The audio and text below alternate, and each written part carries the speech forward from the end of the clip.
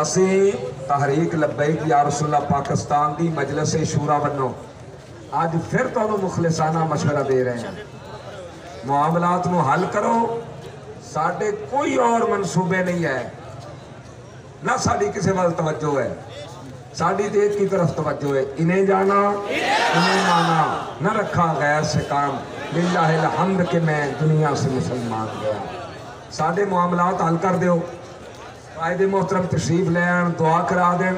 ساڑھا کوئی منڈا 1 انچ بھی اگے نہیں جائے گا، اسی تو واپس کر جائیں گے انشاءاللہ۔ اور اے نہیں کہ تکبر نہ ساڑھا کا دا تکبر ہے، اسی تو فقیر لوگ ہیں، اسی تو سر جھکا کے آجزی نہ واپس چلے گا۔ جی اگر معاملہ حل نہ ہویا اور تسی اتھے بھی 2 نمبری کی تھی تو پھر انشاءاللہ العزیز جدوں تک مجلس شورا دا ایک بندہ اینی جو گئے کہ وہ دا جسم ہل رہے ہیں، انشاءاللہ وہ اگے جائے گا پیشانی ہٹے جدوں تک ساڑھے معاملات حل نہ ہوئے۔ اس واسطے اسی تو انہوں بہت محبت نال بہت توڑے قریب آکے تو انہوں سمجھا رہے ہیں،